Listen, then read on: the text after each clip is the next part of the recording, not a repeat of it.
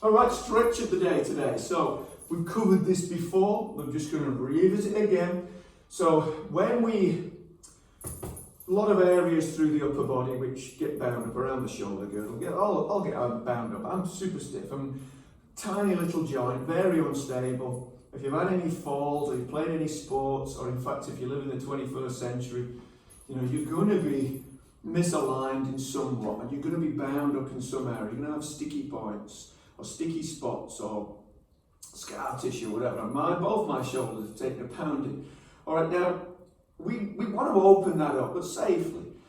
So we've covered various stretches in these videos, going from sort of here to sitting all the way back over time, getting our bottom back and our knees and then hips at full range. These child pose type positions and lengthening out. We've done the type of the sort of down dog, knee dogs, kneeling dogs, wall dogs, etc. I'm going to keep revisiting those. But this is just such a nice drill. If you are of an old school or fashion, the sort of stretches that we used to do in the old gyms was just a hold for our lats was we'd do a set or we'd do a set of something and we'd hang on to a bar, we'd pry around, really get some length here. Essentially that's what we're doing here, but this is a more pussified version. Alright, so it's on the floor, so it's not as bad. So we can bring our toes together if we like, knees apart, sit back, however we get there is fine.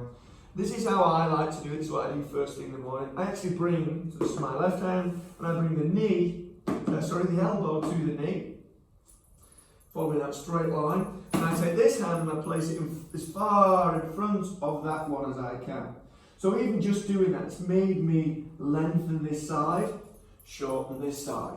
Alright, so just reaching that forward and then I'm going to inhale, lengthen through the crown of the head, tucking the chin. And as I exhale, I'm sitting back into it. But I also like to pry around. So I'm going to stretch from about here, right the way down here. And it's like I'm pulling, it's like I'm hold of that upright, right here, and I'm just sitting back. That's what I'm doing. So as I'm prying around,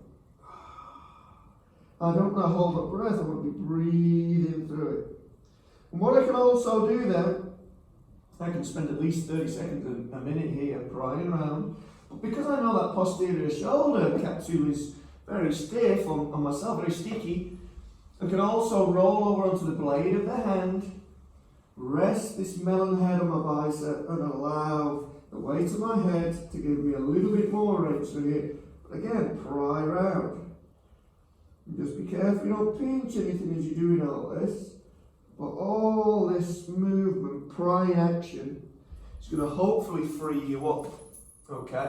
And when we pair that up with, if we did that, say immediately before we did our exercise of the day, maybe that gives us that little bit more ability to reach overhead without pinging through those ribs. Alrighty? So just think about it. So lat stretch you're going to do on both sides.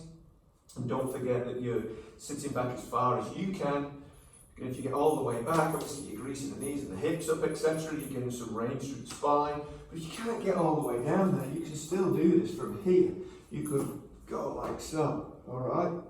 You don't have to be going all the way back if knees and hips don't allow it. Hopefully that makes sense. Let me know how you go. But we do want to lengthen and pry and play on the floor. Can't be a bit of floor play. Catch you.